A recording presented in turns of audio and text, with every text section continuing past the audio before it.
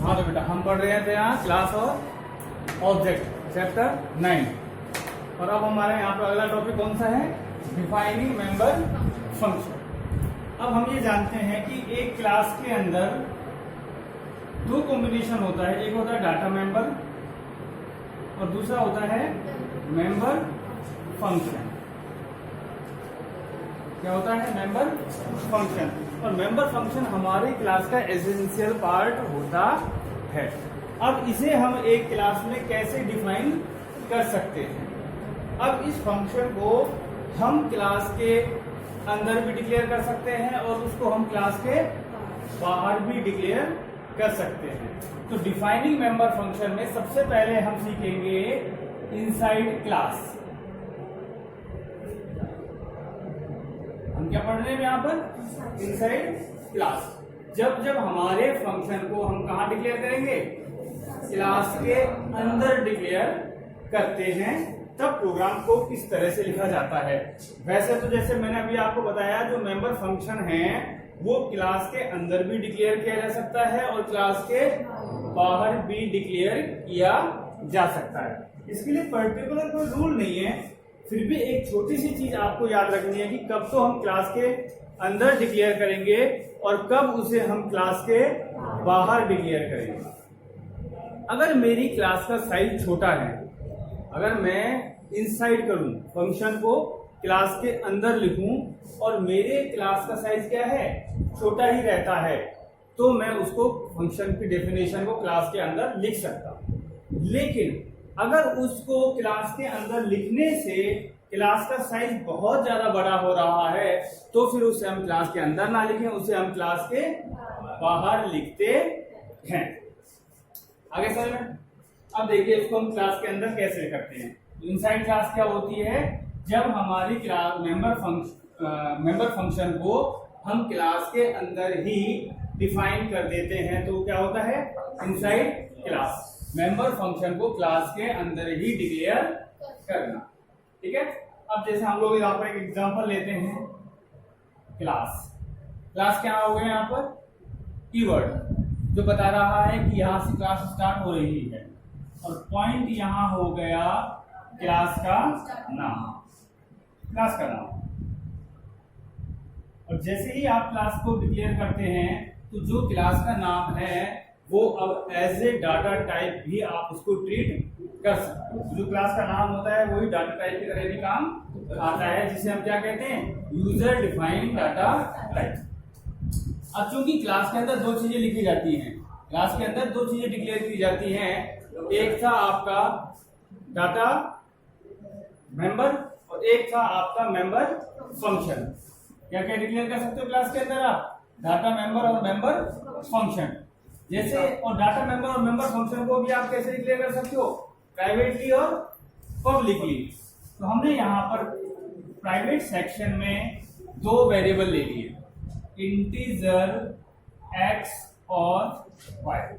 इसलिए हमने यहाँ डाटा मेंबर, दो डाटा मेंबर हमने यहाँ ले लिए, इंटीजर x और y, ठीक है। और यहाँ हम ले रहे हैं पब्लिक, यहाँ हम क्या ले रहे हैं, पब्लिक। और यहाँ उस फंक्शन को पब्लिकली हम यहाँ डिफाइन करेंगे। जैसा तुम्हें बताया था कि जो क्लास है उसके अंदर हमारे डाटा मेंबर भी आते हैं और मेंबर फंक्शन, दोनों को डिक्लेयर करते हैं। लेकिन जो हमारे डाटा मेंबर होंगे उसे हम कहाँ डिक्लेयर करेंगे, प्राइवेट सेक्शन में, और जो हमारे पब्लिक में क्या लिखे जाएंगे, जो मेंबर फंक्शन है उन्हें हम पब्लिक में लिखेंगे। ऐसा कोई कंपलसरी नहीं है, लेकिन इसलिए ऐसा करते हैं कि जो फंक्शन है उनको कॉल किया जाएगा। फंक्शन को क्या किया जाता है, कॉल। और अगर हम उस फंक्शन को प्राइवेट डिक्लेयर कर देंगे तो हम क्लास के बाहर से उसे कॉल नहीं कर पाएंगे। ये बात समझ में आई ना। हमने प्राइवेट सेक्शन में भी डाटा मेंबर और मेंबर फंक्शन लिख सकते हो, और पब्लिक में भी डाटा मेंबर और मेंबर फंक्शन को लिखा जा सकता है। लेकिन ऐसा हम क्यों नहीं करते हैं, क्योंकि जो प्राइवेट सेक्शन में जो लिखे जा रहे हैं मेंबर, उन्हें हम क्लास के बाहर से एक्सेस नहीं कर सकते। जबकि पब्लिक में जो डाटा मेंबर या मेंबर फंक्शन लिखे जाएंगे उन्हें हम क्लास के बाहर से एक्सेस कर सकते हैं। इसीलिए जनरली हम लोग प्राइवेट में डाटा मेंबर्स को लिखेंगे और पब्लिक में मेंबर फंक्शन को लिखेंगे। अगर आप अपने प्रोग्राम में ये चाहते हैं कि हम बाहर से फंक्शन को कॉल ना कर पाए तो फिर इसके लिए आप प्राइवेट में आप मेंबर फंक्शन को लिख सकते हैं। ठीक है, यहाँ तो कोई प्रॉब्लम किसी को। अब देखिए यहाँ पर हम हमारा इनपुट फंक्शन यूज में लेते हैं। ये हो गया आपका वॉइड मतलब रिटर्न टाइप, और यहाँ इनपुट क्या हो गया, फंक्शन का नाम। अब चूंकि यहाँ पर हम 2 नंबर सम करने का प्रोग्राम बना रहे हैं, या आप कह सकते हो 2 नंबर लेने के लिए आप इनपुट लेने के लिए आप प्रोग्राम बना रहे हैं, तो यहाँ पर आर्ग्यूमेंट्स कितने आएंगे, 2 आर्ग्यूमेंट्स हम यहाँ लेंगे। अब चूंकि यहाँ पर हम फंक्शन डेफिनेशन लिख रहे हैं, क्या लिख रहे हैं, फंक्शन डेफिनेशन, डिक्लेरेशन नहीं। अब डिक्लेरेशन क्या है, एक ऑप्शनल पार्ट हो जाता है क्लास के वे में अगर हम बात करें।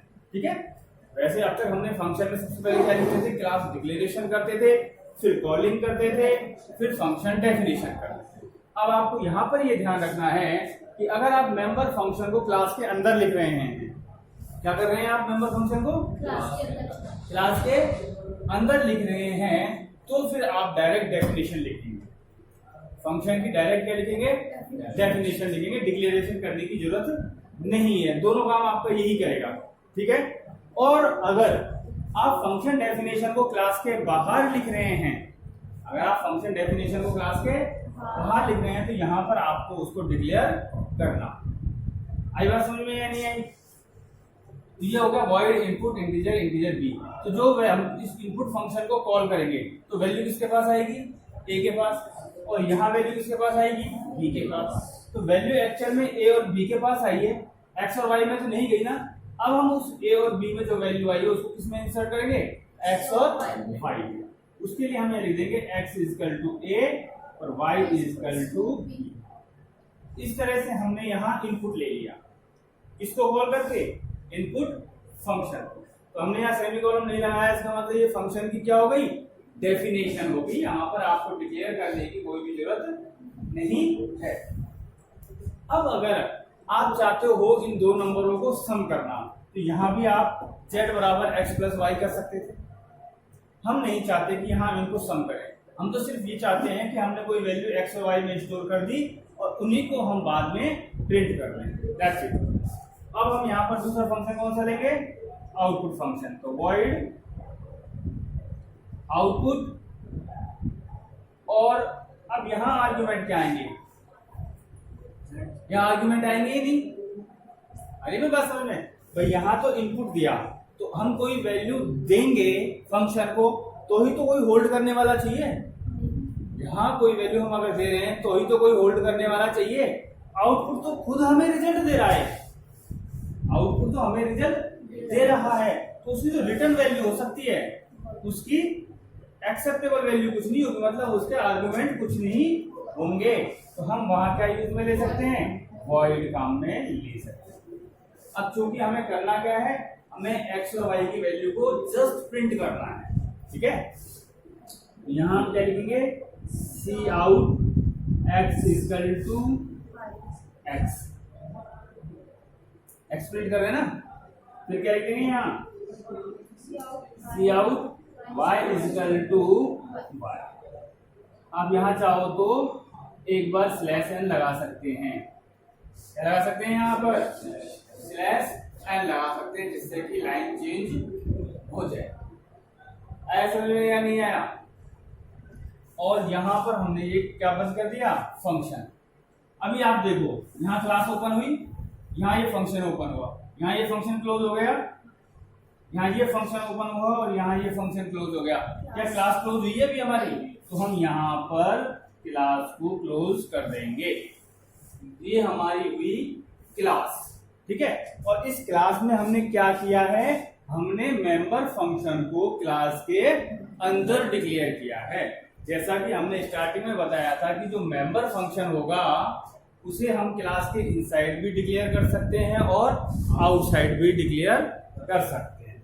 अगर इनसाइड में डिक्लेयर करने से मेरी क्लास का साइज स्मॉल रहता है, जैसे मेरी क्लास का साइज तो ज्यादा बड़ा थोड़ी हुआ है, तो मैं उनको क्लास के अंदर डिक्लेयर कर सकता हूं।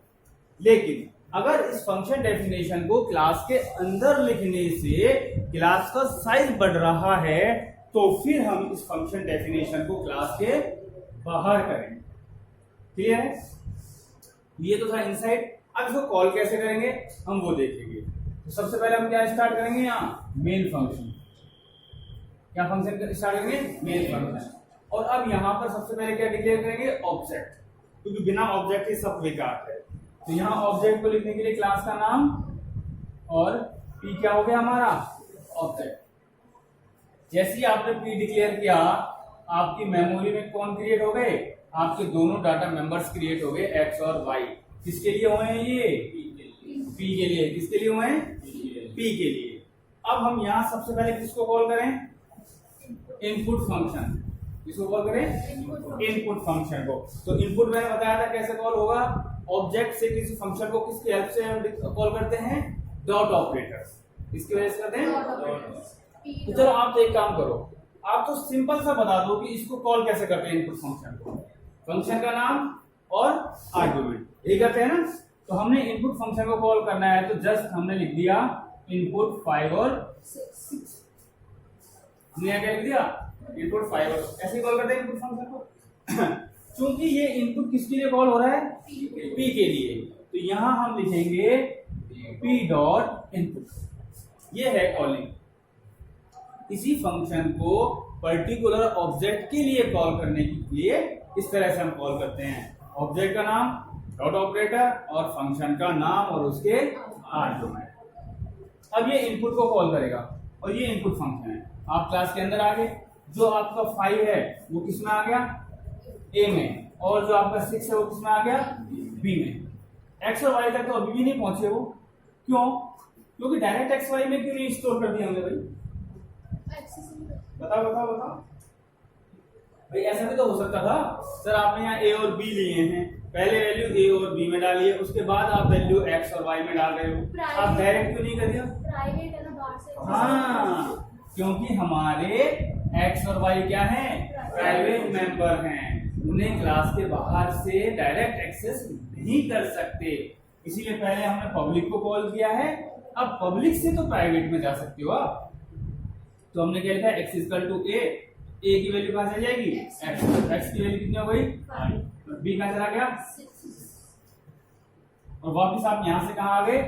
Input function. इसका काम इतना ही था जो कर दिया। अब आपको एक्स और वाई प्रिंट करने हैं तो आपको लिखना पड़ेगा P dot output. Just P dot. जैसे आप पी डॉट आउटपुट को कॉल करते हैं, इसको कॉल करते हैं पी डॉट आउटपुट, आप कंट्रोल यहां आ जाएगा। यहां आने के बाद मैसेज प्रिंट कर देगा क्या? सी आउट एक्स इक्वल टू, और एक्स कितना प्रिंट हो जाएगा यहां से? 5। ठीक है। अच्छा, अब y को कॉल करोगे, सॉरी y आपका यहाँ मैसेज आएगा y इक्वल टू, और यहाँ कितना प्रिंट हो जाएगा? ये आपका आउटपुट। आया समझ में या नहीं आया? अब बात आती है sir P dot input P dot output क्यों किया, डायरेक्ट इनपुट आउटपुट क्यों नहीं किया? उसका रीजन क्या है अब वो समझो। जैसे सपोज करो हमने यहाँ 2 ऑब्जेक्ट ले लिए। कितने ऑब्जेक्ट ले लिए? 2। तो जैसे ही पी आपने डिक्लेयर किया तो मेमोरी में आपके एक्स वाई क्रिएट हो गए, और जैसे ही आपने क्यू क्रिएट किया तो आपके मेमोरी में क्यू के लिए भी एक्स और वाई क्रिएट हो गए। ठीक है। तो अब आपकी मेमोरी में इस जगह का नाम भी एक्स है और इस जगह का नाम भी एक्स है। यहां कंफ्यूजन कैसे क्रिएट होगा? देखो, अभी हमने यहां लिखा पी डॉट इनपुट, लिखा पी डॉट तो ए और इनपुट पे कॉल हो गया। ए की वैल्यू कितनी हो गई? 5। बी की वैल्यू कितनी हो गई? 6। और x इक्वल टू ए और y इक्वल टू, तो a की वैल्यू कहां जाएगी? यहाँ कंफ्यूजन होएगा। क्या कंफ्यूज होगा? इस वाले x में कि इस वाले x में? अब आप लोग बताओ कौन सा वाला x में जाएगा वो? क्यों p में क्यों जाएगा? क्योंकि हम जो इनपुट को कॉल कर रहे हैं ना वो किसके लिए कर रहे हैं? p के लिए कर रहे हैं। हम जो इनपुट को कॉल कर रहे हैं, फंक्शन को कॉल कर रहे हैं, वो किस ऑब्जेक्ट के लिए कर रहे हैं? p ऑब्जेक्ट के लिए कर रहे हैं। तो हमारे x और y में वैल्यू जाएगी, वो भी किस वाले में? p object. ऐसे में बात, वापस आप यहाँ आ गए। अब मुझे q के x और y में वैल्यू डालनी है तो क्या लिखेंगे? Very good. Q dot input. अब ये यहां पर फिर आ जाएगा। अब ए की वैल्यू कितनी हो गई 9 और बी की वैल्यू 3, तो एक्स में कितना आ जाएगा 9 और वाई में कितना आएगा 3। इसमें या इसमें? नीचे क्योंकि अब जो कॉलिंग हो रही है वो किसके लिए हो रही है? क्यू के लिए। अब पी के एक्स और वाई प्रिंट करवाने हैं आप, किसको कॉल करें? आउटपुट तो यही करेगा, लेकिन किसके लिए कॉलिंग होगी? Q P dot input, P dot output, सही है। और एक बार किसको कर देंगे? Q dot output. अब सबसे पहले हमने पी डॉट आउटपुट को कॉल किया तो आउटपुट में आ गए। अब यहाँ एक्स किसका प्रिंट होएगा? पी का। पी का ही एक्स क्यों? क्योंकि कॉलिंग जो हो रही है वो पी के लिए पी के लिए हो रही है, तो यहाँ प्रिंट हो जाएगा 5 और 6। और जब क्यू डॉट आउटपुट कॉल करोगे तो अब जो आपके एक्स और वाई प्रिंट होंगे वो किसके होंगे? 9 क्यू और इसके। तो X is equal to 9, Y is equal to. इस तरह से आप ऑब्जेक्ट के हेल्प से इनको कॉल कर सकते हैं। बताओ कोई दिक्कत समस्या परेशानी ये ना। अब ये तो था इनसाइड क्लास। अच्छा, अब यहीं से हम एक चीज और समझेंगे जो हम पिछले चैप्टर में पढ़ चुके हैं, वो है इनलाइन फंक्शन। जैसे पढ़ा चुका हूं मैं आपको, यहां पर हम दोबारा उस चीज को रिवाइज कर रहे हैं। इनलाइन फंक्शन, अब तक क्या होता था हमारे प्रोग्राम में, ये हमारा था कॉलिंग। क्या है? Calling function. क्या है? और ये फंक्शन क्या है? Called function. कौन सा फंक्शन है? कॉलिंग, जहां से कॉलिंग हो रही है, कॉल्ड जिसको कॉल किया जा रहा है। तो अब तक फंक्शन यही होता था कि हमारा कंट्रोल कॉलिंग फंक्शन से कहां जाता है? कॉल्ड पे, और कॉल्ड से वापस कहां आता है? कॉलिंग पे आएगा ही आएगा, सीधी सी बात है। तो हमारा कंट्रोल यहाँ पी डॉट इनपुट के लिए कॉल हुआ और कॉल्ड फंक्शन पे आया। एक्स और वाई में वैल्यू इंसर्ट करके वापस कहां गया? कॉलिंग पर। तो हमारा कंट्रोल हमेशा कॉलिंग से कॉल्ड पे आता है, कॉल्ड से वापस कॉलिंग पर जाता है। लेकिन इस चीज में समय वेस्ट होता है। अब आप कहोगे आपने तो कहा था कि सर बचता है समय। फंक्शन जब पढ़ाते हैं जब यही कहते हैं ना कि कॉलिंग से कॉल्ड पे जाना, कॉल्ड से कॉलिंग पे आना, इसमें समय बचता है ना। लेकिन इसमें भी कंडीशन है। एक कंडीशन क्या है कि अगर आपका प्रोग्राम का साइज छोटा है, अगर प्रोग्राम का साइज छोटा है तो कॉल्ड से कॉलिंग, कॉलिंग से कॉल्ड पर आने में समय वेस्ट होगा। लेकिन अगर मेरे प्रोग्राम का साइज बड़ा है तो फिर वो मेरा समय बचाता है। अब इसको आप इस एग्जांपल से समझो। जैसे सपोज करो आपको 2 और 2 सम करने हैं। 2 + 2 कितना होता है? 4। 3 + 1 4 + 2 6। तो अब इसी काम को आप कैलकुलेटर से करो। 2 + 2, इसमें टाइम वेस्ट होगा कि टाइम बचेगा? टाइम वेस्ट होगा ना, क्योंकि कैलकुलेशन बहुत छोटी है। अब वहीं आपसे कहा जाए 5 6 9 8 मल्टीप्लाई 9 8 2 7 6 3, इसको मल्टीप्लाई करो। तो इसको करने में कैलकुलेटर से समय बचेगा कि वेस्ट होगा? बचेगा। तो जो कैलकुलेटर है वो समय बचा भी रहा है और कैलकुलेटर जो है वो समय वेस्ट भी कर रहा है। तो डिपेंड किस पे कर रहा है? कंडीशन। डिपेंड किस पे कर रहा है? कंडीशन। सीधी सी बात है, अगर नंबर छोटे हैं तो हमारा कैलकुलेटर हमारा समय बर्बाद करता है, सही बात है। लेकिन अगर डिजिट्स बड़ी हैं, कैलकुलेशन बड़ी है, तो कैलकुलेटर जो है वो समय बचाता है। सेम चीज यहाँ है। अगर मेरे प्रोग्राम का साइज छोटा है तो फिर ये कॉलिंग से कॉल्ड पे जाना, कॉल्ड से कॉलिंग पे आना, ये चीज क्या करेगी? समय को वेस्ट करेगी। लेकिन अगर मेरे प्रोग्राम का साइज बड़ा है तो फिर कॉलिंग से कॉल्ड पे, कॉल्ड से कॉलिंग पे आना, ये जो प्रोसेस है ये मेरा समय को बचाता है। आया समझ में या नहीं आया? तो अब प्रोग्राम का साइज जब छोटा है तो मुझे प्रोग्राम इस तरह से लिख देना चाहिए कि नहीं लिख देना चाहिए? कॉलिंग कोड के चक्कर में फंसना चाहिए क्या? नहीं फंसना चाहिए। तो ये जो है वो उसका सॉल्यूशन है इनलाइन फंक्शन। कॉलिंग से कॉल्ड पे जाना, कॉल्ड से कॉलिंग पर आना, ये प्रोसेस हमारा समय वेस्ट करता है। जब जब हमारा प्रोग्राम का साइज छोटा होता है। तो इस चीज से बचने के लिए हमें क्या करना होता है, इनलाइन फंक्शन को यूज में लेना पड़ता है, मतलब उस फंक्शन को क्लास के अंदर ही डिक्लेयर कर देना बेस्ट ऑप्शन है। तो ये जो एग्जांपल है वो इनलाइन फंक्शन का ही एक एग्जांपल है, जिसमें हमारा प्रोग्राम छोटा था। करना क्या था, एक्स और वाई में वैल्यू स्टोर करनी थी और एक्स वाई को ही प्रिंट करना था। सिंपल सा तो काम था। तो इस सिंपल से काम के लिए हमने उसको क्लास के अंदर लिखा, हमारा समय बचा। लेकिन अगर इस सिंपल से काम के लिए भी मैं इसको क्लास के बाहर लेके जाऊंगा तो फिर वो मेरा समय वेस्ट कर। आया समझ में या नहीं आया? इनलाइन फंक्शन छोटे प्रोग्राम्स के लिए किया जाता है। इनलाइन फंक्शन का मतलब उस फंक्शन को क्लास के अंदर ही डिक्लेयर कर देना। रफली आप ये भी समझ सकते हैं। बता समझ में आया या नहीं आया? कोई प्रॉब्लम तो नहीं है यहाँ तक? अरे है क्या? नहीं है, ठीक है। क्लियर हुआ आपको? यहाँ पे इनलाइन फंक्शन भी समझ में आ गया होगा, ठीक है।